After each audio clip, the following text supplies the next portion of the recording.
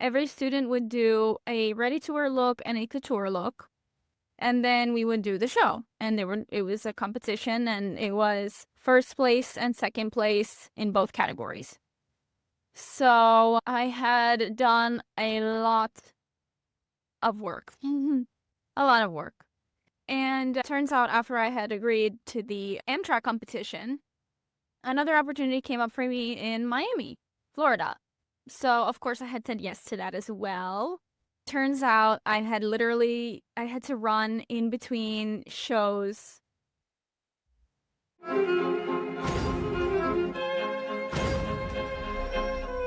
Oh, welcome back. I'm Andreea Parc. And I'm Dumitru. And this is Alive Again podcast, where attorneys and other professionals meet to discuss real life challenges and how our decisions shaped our journeys. Today, Alexa is back, and congratulations. Thank we decided to have a special episode, just the two of us, so we can share with you Little update of what have been happening in the past 2 months and how we dealt with everything, the ups and downs and the challenges and the decisions that we've made and the lessons that we've learned out of this. So welcome back. Thank you. And I just want to say, first of all, thank you to all of you for keeping in touch and for keeping me strong on these past 2 months, because it's been a rough one. Thank you to you for keeping the podcast going in my absence and not really being able to tell that I'm gone. So last week was a lot. I had 2 shows in 3 days in 2 cities. Back in, I want to say April, May, my school reached out to me that they are doing a competition with Amtrak, like the trains. I was the first person, and it was first come, first serve. Whoever would reply back to the email would get on a list, and I was the first one who said yes. And I have this thing where I say yes to everything. I say yes no matter what. Sometimes to my detriment. I said yes. And it was like a few months later, we had the meeting. So they had asked us to do, every student, there were 6 of us. Every student would do a ready-to-wear look and a couture look. And then we would do the show. And it was a competition, and it was first place and second place in both categories. So I had done a lot of work. A lot of work. And it turns out after I had agreed to the Amtrak competition, another opportunity came up for me in Miami, Florida. So, of course, I had said yes to that as well. Turns out I had to run in between shows. I have always wanted to dye fabrics, to print, to stamp, to embroider. That I don't know why. I've always loved to do those things, but because I'm a one-woman show, it's hard to do those very time-consuming and very laborious garments. So I decided that this is my opportunity to finally do those things that I wanted to do. And it was really, really a lot. I have a blue one, which was my ready-to-wear. Both garments are made of a cotton bamboo French terry, which I had gotten online, and it came in white because one of my looks is white, and they were both the same fabric. So I hand-dyed the ready-to-wear with indigo dye. Then I cut out the pattern, and I hand-painted and stamped. But the dye of the stamp was too light, so I had to hand-paint every single motif 3 times over. And all these little motifs were little nods to Amtrak, including the logos, including some announcements. I did a lot of research on these motifs. And I had to hand paint all of them 3 times over. And my idea was because the winner of the ready-to-wear had their garment produced. So in manufacturing, when you have a lot of pattern pieces, it's a lot more to cut, it's a lot more to sew, it's a lot more for the people to do in the factory. So it is much easier to produce and to manufacture when you have a very simple pattern and you're able to print a design onto the fabric.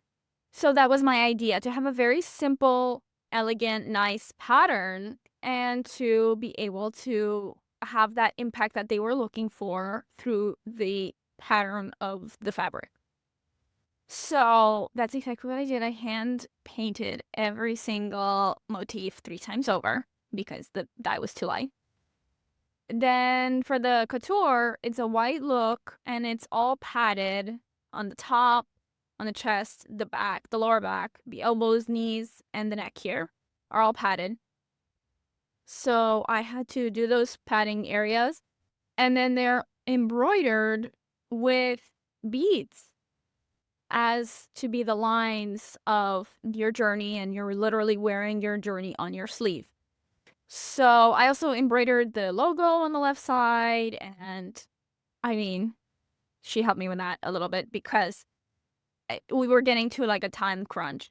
I was working literally night and day, and it was getting tight. Yeah, so that was really a lot of work. And at the same time, I had to do a few pieces for my collection because I had a few pieces already ready, but nowhere near a full collection. And I also didn't know what the model situation was gonna be. I didn't know anything going into it. This is the Miami show with my collection, and it came out much better. I mean, it came out really, really nice. And so on Tuesday last week, we had the Amtrak show at my school. And then the following day, we packed because I didn't have time to pack. And in between the show, before the Amtrak show started, after we fitted the models, we ran to get buttonholes for a dress for Miami for my collection. We came back, we did the show. We came home, we started packing. The next day we packed. The following day we left. And we got delayed, so we didn't have the time that we wanted in Miami because I wanted to like iron and do all these things in Miami before the show the following day, but I couldn't because of Mother Nature. And we get to Miami super late. We eat in the room and we knock out.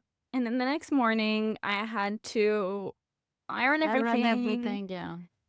Everything. Oh, and we took, because I didn't know the model situation, my looks from last collection came out, also because they're linen, they stretch a little bit. So they came out much bigger than I had anticipated, but also they stretched a little bit just due to wear from the shows. So I said, I'm going to bring as many pieces as I can bring, just so I have options in case something doesn't fit or something looks better than whatever else. We packed 2 full suitcases for 3 days in Miami. I had to iron everything because I didn't know who I was going to put in what. I didn't know what models I had available. So I just ironed everything. And we have a little like tiny iron, travel iron. And that's what I did all day. Then we left to the venue in a thunderstorm with a portable rack because I had ordered a rack on Amazon to arrive to the hotel. Those people thought we were absolutely insane. And when we rolled out, we were all like, we were in gowns because it was a gala event with hair, makeup, shoes, everything all done nice. And we were rolling around the rack through the lobby of the hotel. And then these guys were watching us take, because the rack, obviously you can't put it into the car, so we had to take it apart. We put all the clothes into the back seat, and then they were just watching us dismantle this rack. And I think they just didn't know what to say. And we get to the venue, we do the fitting. It came out much, much nicer. It was very, very nice, and it came out very smooth. Yeah. And everything was so nice. And I even walked, which was new for me. I'm not a model. But I mean, it came out really, really nice. I was really happy with it. I had a model change 2 times, and she came out, and the space was a little bit unfit for a fashion show, but again, we really pulled it off. And what can I say? And then we had to run back for a press event for Amtrak. We were back and forth. Yeah. So that was the long and short of it. Now you're back, and Now I'm we're back. happy to have you back. And I slept for the past 3 days since we've been home. I told my mom, I said, block my number. You don't know me anymore. Leave me alone for the next week. So, yeah, I feel better now. Yeah.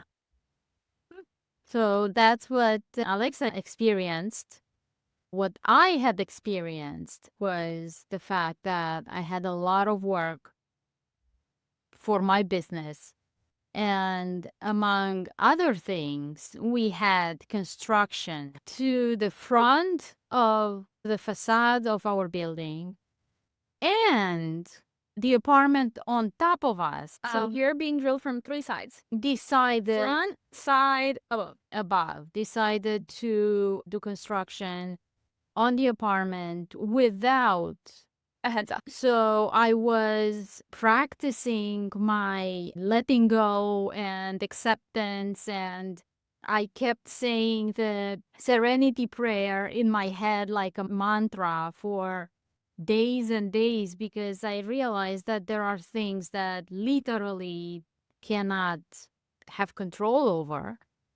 And I took the decision to cancel some clients because I couldn't do it because of the noise, because I was too emotionally drained. I literally couldn't do it. And then I had the executive decision to not have a podcast last week because we were running around every day and we couldn't do it. So that was the decision. And thank God I was embroidering at the time because I went downstairs to the pool. I was working from the pool for a week because it was impossible here. Within 4 days of traveling to Florida, we had up to 14 hours of delays because, again, you can fight Mother Nature and thunderstorms. September weather in Florida is crazy. Yes. So the lessons that we've learned out of this is that let things flow. We can't control everything as much as we plan. Things can change. We don't have all the pieces. We sometimes are in the blank. Fake it till you make it. There are things that you don't know. We don't have control over other people's decisions and actions. And that's, again, surrender to what is, radical acceptance of what is. Once again, my Apple technique was the base for our experiences this week. Of course, there were days when I felt like screaming and fair and just dropping everything and walking away. But the art of showing up every day, regardless of what happens, that is what we have practiced every day. And we're grateful for all the support. We're grateful for the opportunities, and we're grateful to ourselves that we showed up and things turned out really, really well. Yeah, I mean, I had been talking about it with my therapist when the last show was, when I was in Romania, in December, when I had my own show. And we were talking about how everything just happens in the last moments and how I procrastinate a lot. And it was a common theme in the past 2 months about how it was literally impossible for me to procrastinate. And not only was it impossible for me to procrastinate, but I didn't want to either. So I think that was just a real letting go moment. I mean, my most common phrase in my day-to-day life is, do I have a choice? No. Okay. Good talk. So I feel like that was something that I really grasped with these past 2 months. Do I have a choice? No. So that's what it is, and we're gonna rock it, and we're gonna fake it till we make it, as much as it's crappy. We stayed in the airport for 6 hours, 7 hours from delays coming back, and there was no choice. There was no other plane. We couldn't charter a plane to take us home. Nothing was moving. We couldn't drive. I mean, it was literally just we were stuck. So we said, okay, let's go have dinner. Make the best of what we can, I guess. No, but I'm grateful that we were safe and that everything worked out Everything great. came out much better than we were all anticipating. We had a press event the Monday that we came back. We had a press event for Amtrak, and my looks were on CBS, and there's a New York Times article in the writing, and Amtrak posted about it, and it's really nice to have Recognition. Yeah. and to, hey, there's my look. I mean, Yeah. And also there is the gratefulness and the celebration of the work that you've done, because you've put a lot of work and a lot of time and a lot of soul into your literally blood, sweat, and tears. into your looks, and that's who you are. And I am with, no, really, with your growth. Because yes, last year you procrastinated, and last year it was a different story. Now you're a different person. Thank you. Waking up every morning, she's not a morning person. It's not like I had a choice because these people started drilling at 8 o'clock. So no matter what time I went to sleep at, I was up at 8. Very thorough work schedule and determination, and I mean, literally, you had outgrew yourself. And I feel like I was talking about this with my friend that I have never done stretchy material, period. Never. I don't work in stretchy fabrics. And not only did I work in stretchy fabrics, but I did a tracksuit, which is so not like me. And somehow I was able to make it my own and make it me, but still in a tracksuit format. And she was telling me how proud she is of me because I'm so in my ways. I feel like I'm coming out of my shell a little bit. While we were in Miami, there was another designer at this festival that we were at, and she was a swimsuit designer. And I said, if you need an extra model, I can be here. I didn't venture out into wearing a bathing suit, but I was wearing a cover up, which was still very out of my comfort zone, and I rocked it. So, coming out of my shell. Yeah, no, definitely. And it's an experience that, again, I'm very grateful for myself, for you, for our businesses, and the way we handle it well. Oh, yeah. Under Oh, yeah. Oh, yeah. And I turned 50. Oh, yeah. Among other things, I've turned 50, and yes, the next day, so I modeled. I was very grateful and honored You don't have a choice. to model for Alexa, and the next day we celebrated together my birthday in Miami, and it was really, really great. That was supposed to be a relaxation day in Miami, but It was fun. Learn the lessons from your show and from my birthday, and letting go of things that we don't have any control over. And go with the flow. Because as long as we're open to whatever comes to us and we don't, what's the word that I'm looking for? and So, what's next for you now? what's next for me now is today, right after we film, I'm going to a fashion week show. Then tomorrow we have another event. I don't know. I was thinking about that yesterday. I gotta do my website because I keep saying that I'm going to fix my website from when I relaunched, but I didn't get a chance to because of Amtrak. So I really want to put some attention to that. I took a lot of pictures in Miami and I've been very disciplined with myself. If I could never leave the house again, I would be the happiest person on earth. All I want to do is sit at my machine and work. That's it. That's all I want to do. I've been really forcing myself to get out of my comfort zone and to post and to work on my marketing side and go to events and things like that. That's part of the reason why I'm going to the event today, because I kind of didn't want to, but forced myself to go because networking is important. She always tells me that nobody's gonna knock on my door and ask me for my next piece, which is true. So that's definitely what I wanna, because I always say, oh yeah, I'm gonna allocate this time to working on my website. Never happens.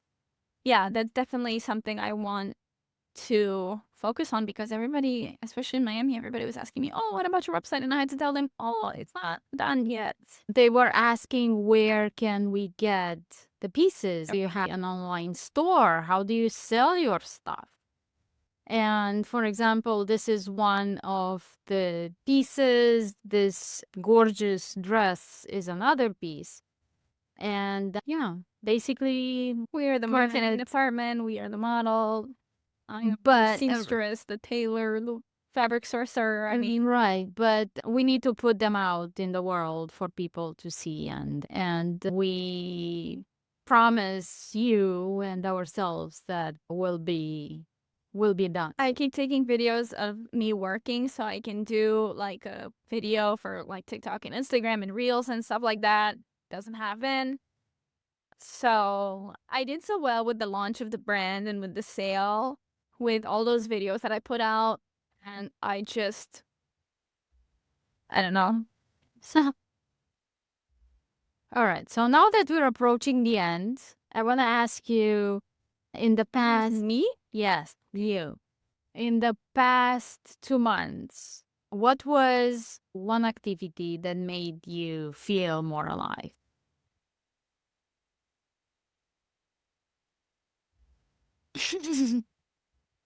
I feel like every day I would come out of my cave, out of the hole that I had crawled in that morning. And I was like, I just need some air.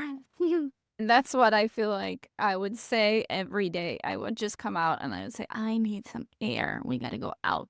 And usually that would be after sunset. So I had gotten to a point where I was like, I haven't seen the sun in like 2 weeks.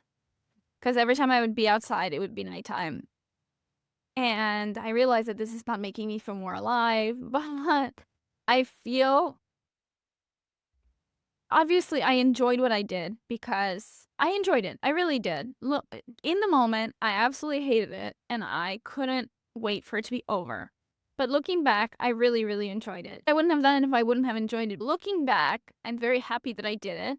And I feel very proud of my garments and what I put out there. My creativity. It was creativity in the beginning, and then afterwards it was just sitting there embroidering or painting. The painting and the embroidery separately took me a week each, day and night. I literally wouldn't eat, wouldn't sleep, wouldn't anything. I had to force myself to eat and force myself to go to sleep. So I'm very happy I did it. That was one activity that made me feel more alive. I don't know. What exactly? The walking Looking back at it? Looking back at it. Yeah. I don't know if I think the walking kept me alive, but it didn't make me feel alive. Oh, yeah, I think the activity that made me feel alive was looking back at it. Because after I finished the dyeing, when you dye fabric, you like have to constantly move it so it doesn't get splotchy and whatever. And I was sitting in the bathtub, hunched over the bathtub, like yanking on this fabric to mix it up. And I was like, I am never doing this ever again. No, never. And then afterwards, I was like, what do I put, what t-shirt do I put under this? Oh, maybe I'm going to dye the t-shirt to match the thing. And I was like, Yeah, I think I liked dyeing the fabric as much as it was disastrous. I don't know where I'm going with this, but I think you get it. I think you get it. I'm happy I did it. You? What was in the past 2 months? What was something that made you somewhere alike? I think that the activity in the past 2 months that made me feel more alive was walking in your show, modeling for you on my 50th birthday. Day before.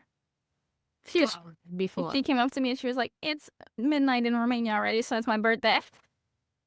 Right, because Romania is 7 hours ahead. So, yes, technically it is, right? I was born there, so taking by that time, yeah, so I felt really alive and empowered, And you wore the best outfit, the jumpsuit. That was really nice. happy, and yeah, that was really, really nice. You're welcome. Thank you. Yep. All right. Okay. So thank you very much for listening. I'll attach pictures and all of that so you can see what we're talking about. So thank you for following us. Thank you for listening. Thank you for subscribing. And we'll see you next week. Bye-bye. Bye.